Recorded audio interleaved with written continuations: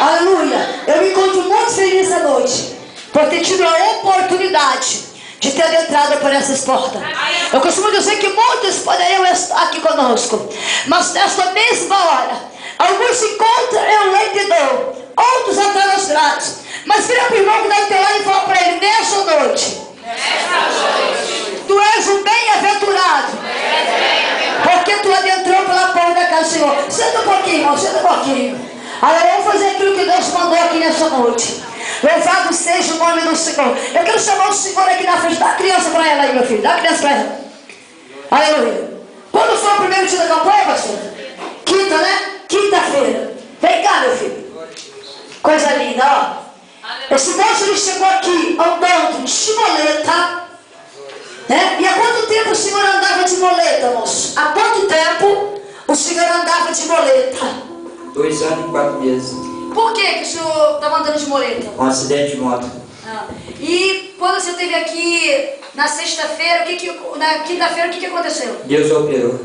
E depois daquilo, o que aconteceu? Não usa mais a moleta? Não. Deu até lugar para ela, né? A glória de Deus, para a glória de Deus. Quem pode aplaudir o nome do Senhor aí? Ele entrou com as moletas e saiu daqui andando para a glória e honra do nome do Senhor. Amém? 2 anos e quantos meses? 2 anos e 4 meses, irmãos. Aleluia, eu conheci a tia dele. Aleluia, a tia dele falou isso comigo e eu glorifiquei o nome do Senhor. Cadê aquela menina que mora perto da casa da irmã onde eu estava? Onde eu estou lá? Cadê aquela menina? Vem cá, minha filha, vem cá. Isso aí é para mostrar para o povo que Deus é o mesmo ontem, hoje e será eternamente. Você estava com uma dor aonde, filha? Antes de vir aqui na oração de ontem? Na barriga e por baixo, umas 2 semanas já, não consegui nem gritar. E estava inchada, né? Todos os dias inchada. E agora? Hoje de manhã pela manhã eu passei a mão na barriga e não estava nem um pouquinho inchada, porque não Aleluia. tá leve. E a dor? A dor sumiu. Quem pode aplaudir o nome do Senhor? Vem cá você também, que você não foi. Vem cá você também.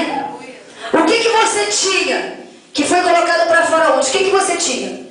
Eu tinha uma doença no sangue que os médicos falavam que eu estava ficando leucopênica, que virava uma leucemia, e uma ferida no útero que falava que era câncer. Quem pode glorificar o nome do Senhor? Que pus e sangue saiu para fora o nome do Senhor foi exaltado. O Deus que eu vim trazer aqui hoje é o Deus que faz, meu irmão. O Deus que eu vim trazer aqui hoje, aleluia, não tem possível.